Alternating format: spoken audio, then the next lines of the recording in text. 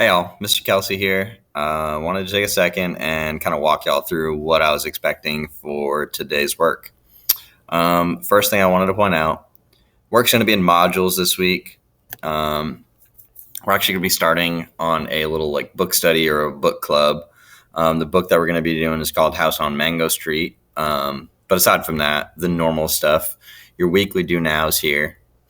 Your assignments are going to be in modules under week 5. So, like for instance, you'll see here, House on Mango Street. Here's what all is due today. You're going to be expected to read chapters 1 through 7 and answer these 7 questions for me, as well as a little vocab sheet. But in order to do that, you actually need to, first, you're going to have to hit submit here, open up the text box, 7 questions. Let me show you guys what the vocab looks like. Same thing, it's pretty straightforward. Open up the assignment. You should be able to open it up in a separate document like this. And what it's asking you to do, these are words that you're going to come across in the text as we see them in the text. So you're going to take the bolded word and you're trying to define that word for me. So what you're going to need to do is kind of delete this line here and then replace it with your definition. One quick tip, I highlight the word, I hold Alt, A-L-T on the keyboard, and then I tap to click it. Define. What does it do? It gives me the definition over here. I do not want to see copy and pasted definitions. I need you to put it into your own words. So for instance, if I wanted to give a definition for the word temporary, I would say not permanent. Oops. Okay, y'all get the point. All right, so that's for the vocab for today. And then in order to access the reading, I need y'all to pay careful attention here. If you go to the home page of our Canvas and you're looking at my little Bitmoji page, right up here, I'll make it full screen right here. If you click on the book cover for The House on Mango Street, it should open up a little PDF like so. Okay. So let me tell y'all a tiny bit about The House on Mango Street. So it's written by Sandra Cisneros.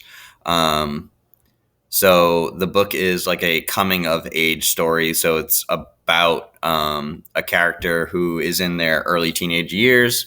Her family's been kind of forced to move around a lot, living in different housing apartments or, kind of like the different sections of the city. I believe it takes place in like the inner city Chicago area.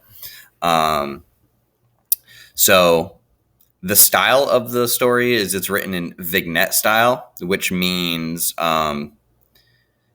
the chapters are kind of like little scenes from a movie or little that's probably the best way I can describe it. Scenes from a movie or a TV show. So like as y'all can see here, this is the second chapter and it's literally 2 paragraphs long.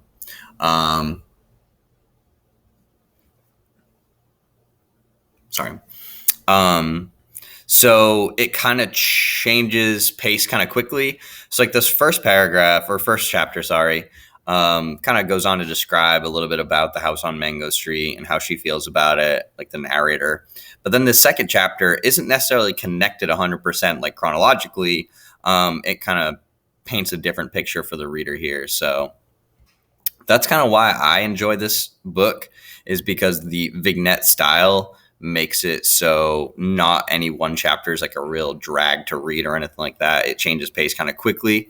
The whole point is that the author is trying to kind of conjure up images in your mind by giving really descriptive ideas, or like I said, painting pictures in your brain instead of making you link all these plot points together and piecing things together like that. So I feel like that pretty much covers what I wanted to go over before I had y'all get into the reading.